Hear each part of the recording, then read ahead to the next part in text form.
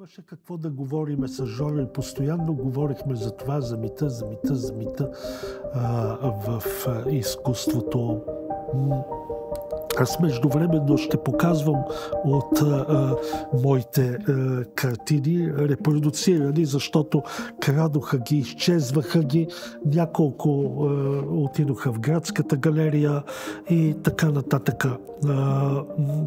Някъде, ако се наложи, ще обяснявам. Просто търсех лицето на нашето време. В същия момент Жоро превеждаше, в онези години започна да превежда Джон Ленън. И аз винаги казвам, че той е свързан с изобразителното изкуство, не само с широката си култура, но и да го речеме с точно това, че примерно в сборника преводи с Джон Ленън бяха поместени рисунки на Ленън. А те са много, как да кажа, като рисунки на салфетка, като нещо, което правиш като игра от сърце. Аз отначало академичен човек, завършил академия, страшно ме дразнеха. Какво е това? Сядаш и правиш за едно гадже някакви призрачета, някакви човечета с по 8 пръста на крака, някакви си бъркат носа, летат мисли и т.н. Обаче в последствие сам разбирах, че това е свободата. Това е изкуството. Като има игра. И Радой ми помогна.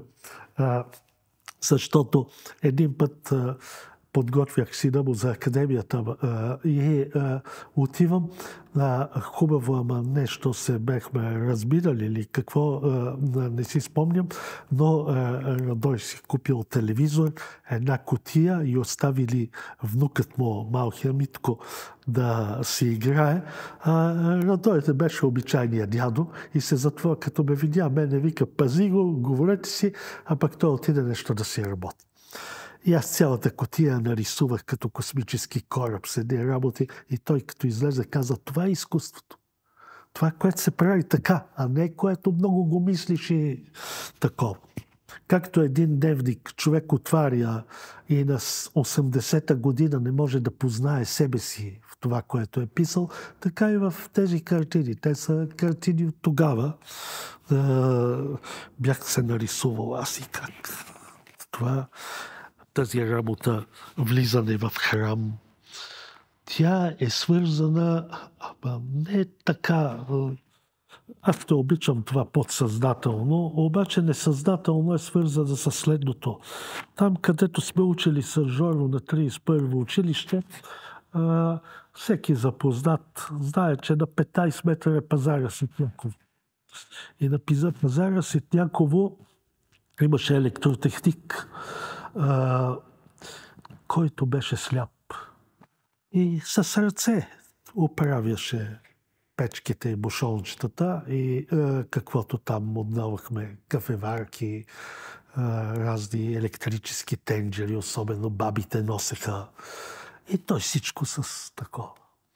Добре, обаче той беше много интересен човек и разказваше, бил е емигрант във Франция и когато се е върнал 60-те години,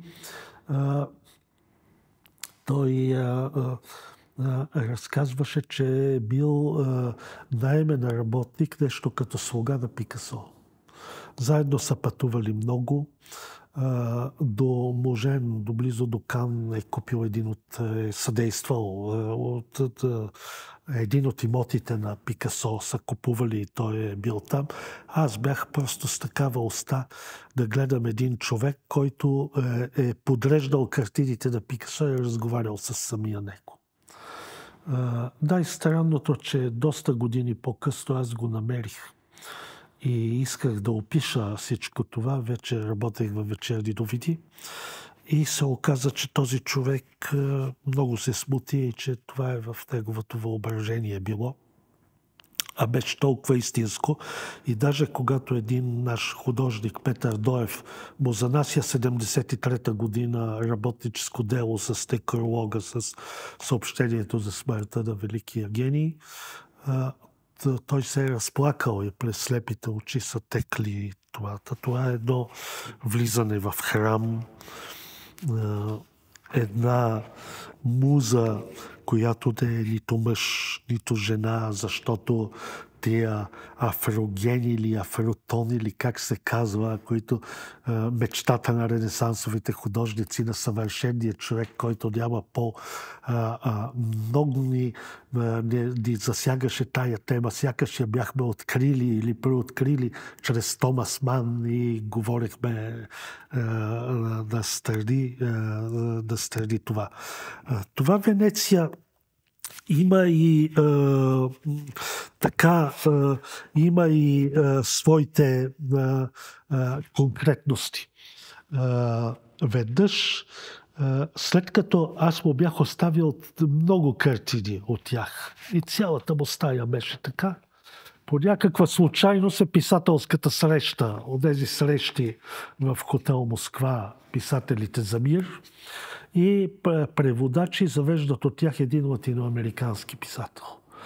И той, като вижда картините и се запознава с Жоро, и казва: вие сте готови за биеналето в Венеция. Сега, кой ще ни пусне на такива и на такива? Обаче толкова сме мечтали за това, толкова нощи, ракия, приказки, как в Венеция. Колко съм съдувал каналите на Венеция извън сезона, без да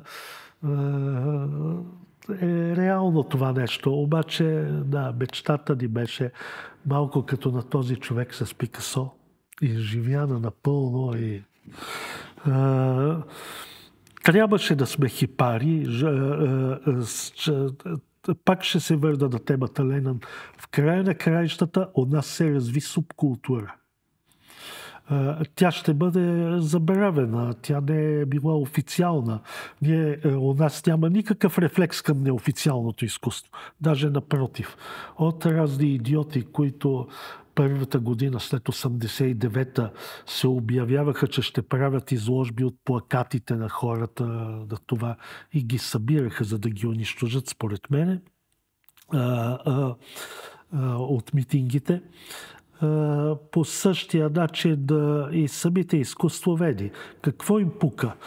Аз виждам, изложби се правят с фондовете на галериите, където има само по-официални неща, минали през някакво най-либерално, но все пак сито, а онова, което е в ателиетата, не ги интересува.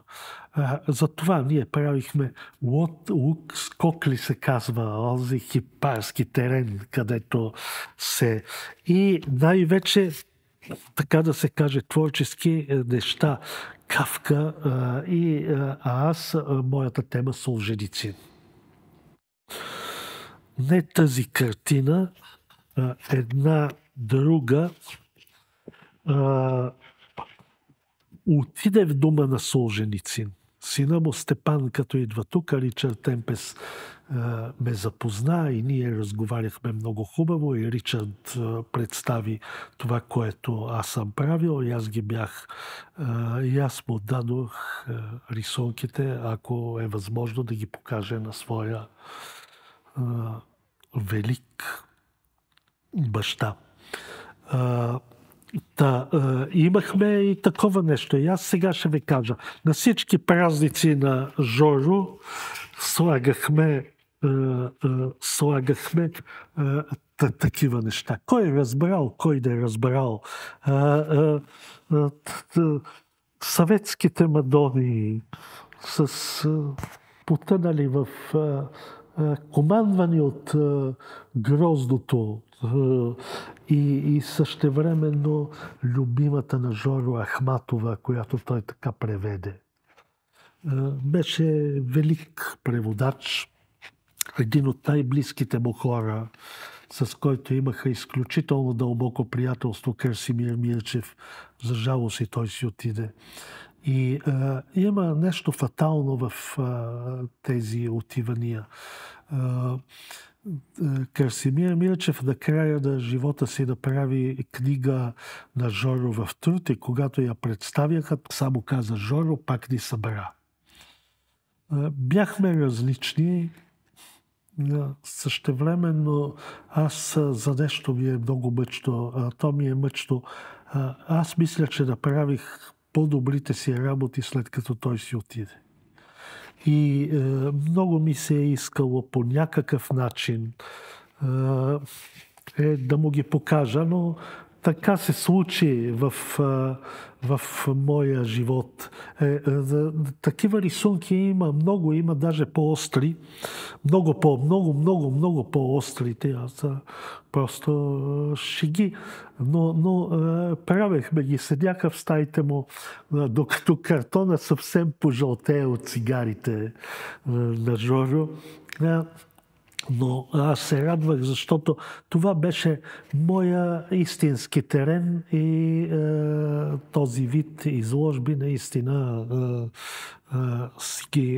да си ги считам по-ценни, отколкото сега. Аз съм правил няколко изложби по него и той е присъствал или е знаел за тях. Едната беше в Славянския комитет, не помня коя, 86-87 година. Бях шащал един човек, аз вече се занимавах с движението Лада и балканските художници и техния съюз.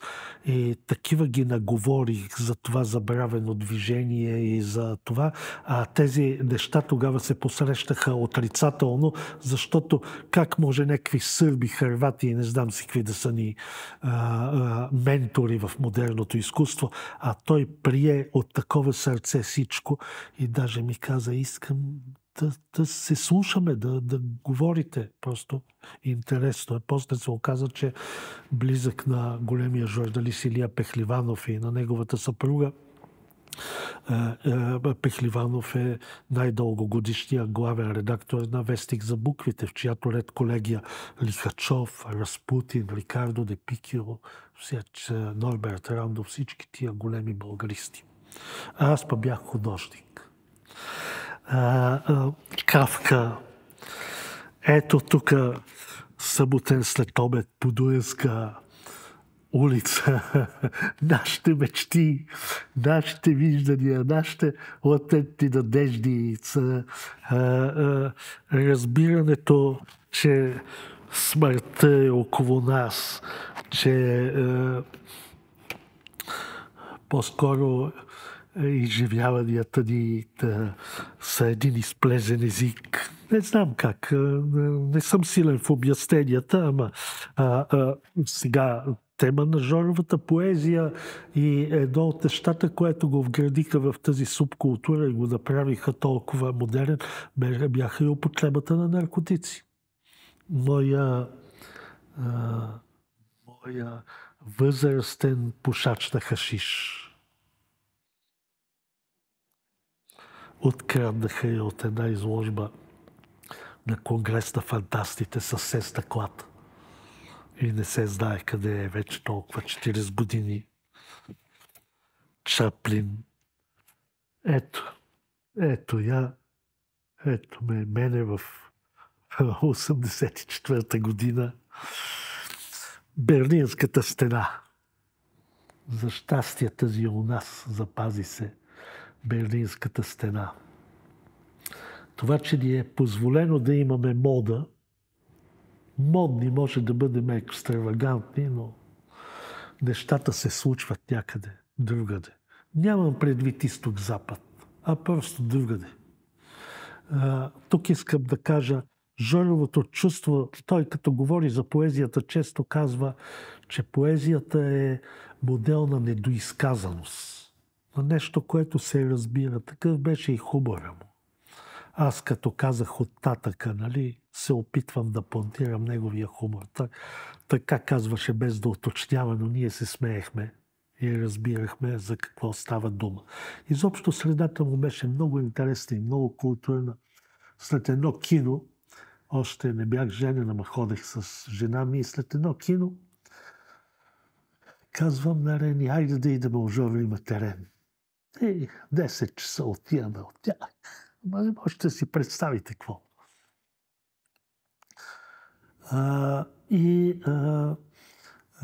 Спомням си, че едни хора четяха един речник от надписи в Кембриджския и други университети, свалени от тоалетните. Примерно, някой цитирал Ницше: Бог е мъртъв, и отдолу: и ти вече си мъртъв, Бог.